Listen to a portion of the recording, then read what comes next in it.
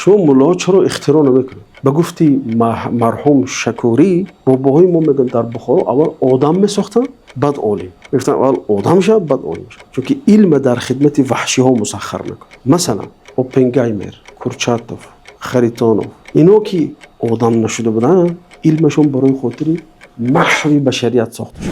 شما ملا چرا اختراع نمیکنه؟ عنوان درس همین است، عنوان حلقه.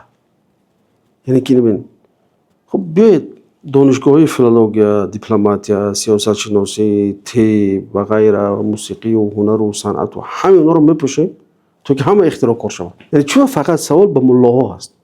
چرا فقط ملا رو این سوال توجه میکنه؟ چرا مثلا مضحکچی اون مسخره بازی که در اینستاگرام است به سیاستمدار، به دیپلمات، به شاعر، نویسنده، موسیقیچی، مضحکچی اونایی که در تئاتر در فلان چرا به اونها این سوال موجه نمیشود؟ فقط برای ملا میشه. تو دیدیم مثلا در زیر کامنت ها بسیار می‌نویسن با جای این کارا یگان چی اختراع کنید میگن مگر ملا وظیفه‌اش اختراع کردن است؟ چون اونا در نهاد و ضمیر خودشون اعتقاد دارن که ملا شخص کامل است. ملا رو همیشه به چشم کامل میبینن که باید همه کارا باشه و سپاس میگیرن که اونا رو در عمق قلب خودشون به این نیروی فوق‌العاده ملا اعتراف دارن. من یک جوابی کوتاه دارم برای اینا. یعنی ملا مسئول اختراعات نیست. ملا مسئول ساختن افراد هست که اختراع کار شوند. لکن کیبودشون رو، رسالتشون رو، ملتشون رو، هویتشون رو فراموش نکنند در عین حال. یعنی به گفتی مرحوم شکوری باباهای ما میگن در بخارا اول آدم میساختن بعد عالم. گفتن اول آدم شد بعد عالم شد. از اینجا همون سرچشمه میگیرد مقاله تاجیکی که میگه که عالم شدن آسان و آدم شدن مشکل است. بنابراین مدرسه بخارا اون که پیش از کمونیست آمدن بود مدرسه آدم ساز بود. چرا اول آدم شده بعد عالم شدن ضرور است؟ من از میگم خانه میشه تو. خیلی چون که اگر آدم نشده عالم شود و وحشی میشود. چرا؟ چون که علم در خدمت وحشی ها مسخر میکنه.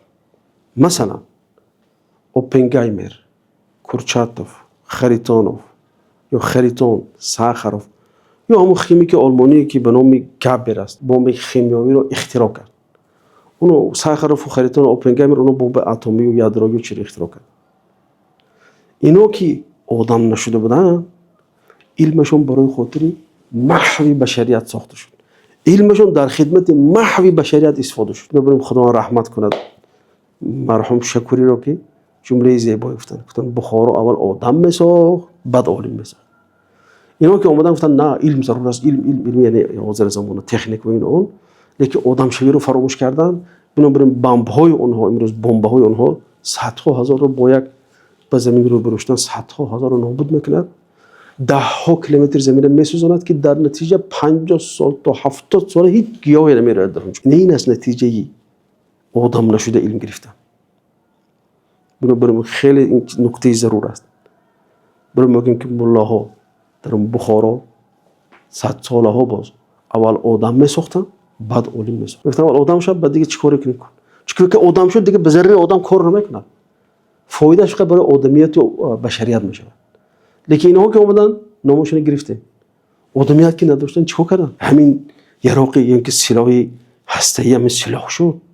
اونجا چند ده ها هزار صدها هزار دون بیگناه میکشید برای یک نظامی مثلا چیز نابود کردن. یا همین خیمیایی که دیگر انسان تشوهات خلقی میشد که بچه‌ها دیگه تولد میشن چشمش اینخیل است، کلش اینخیل است، لبش نیست، گوشش نیست، دستش چیست. این است نتیجه چی؟ علمی که اساسش آدمیت نباشد. خلاصه وقتی که آدم نشده عالم شود علم از معرفت و روشنایی دادن به یک آلت قتال تبدیل می‌یابد. خیلی که ما دیده شدیم.